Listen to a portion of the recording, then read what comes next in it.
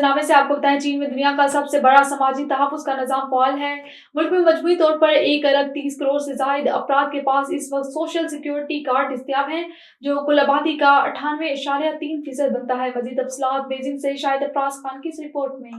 چین کی وزارت انسانی وسائل اور سماجی تحفظ کے مطابق ملک میں مجموعی طور پر 1.386 بلین افراد یا 98.3% آبادی کے پاس اس وقت سوشل سیکیورٹی کارڈ دستیاب ہیں۔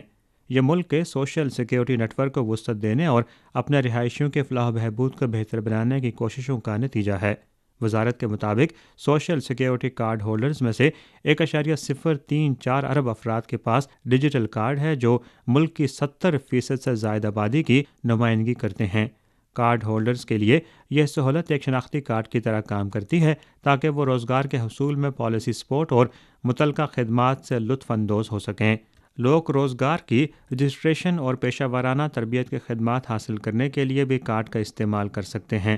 اعداد و شمار سے یہ بھی ظاہر ہوتا ہے کہ ستمبر 2024 کے آخر تک 1.075 بلین چینی شہری بنیادی قومی پنشن، 245 ملین بے روزگاری انشورنس اور 303 ملین کام سے متعلق انجری انشورنس میں شامل ہوئے، جبکہ 9.7865 ملین افراد نے پیشہ ورانہ انجری انشورنس میں حصہ لیا۔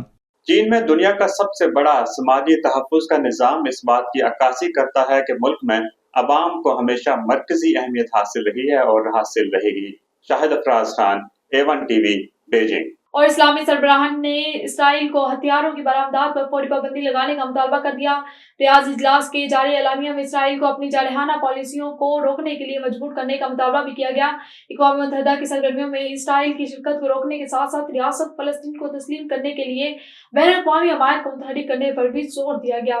اور مکہ مکرمہ میں کعبۃ اللہ کی حدود حتیم میں نوافل ادائیگی کے لیے اوقات مقرر کر دیے گئے۔ میڈیا رپورٹس کے مطابق حتیم میں مرد حضرات کے لیے اوقات صبح 8 سے 11 بجے تک ہوں گے، خواتین کے لیے اوقات رات 8 سے صبح 2 بجے تک مختص کیے گئے ہیں۔ انتظامیہ کا کہنا ہے کہ داخلہ مغربی دروازے سے اور اجازت کا دورانیہ 10 منٹ رہے گا۔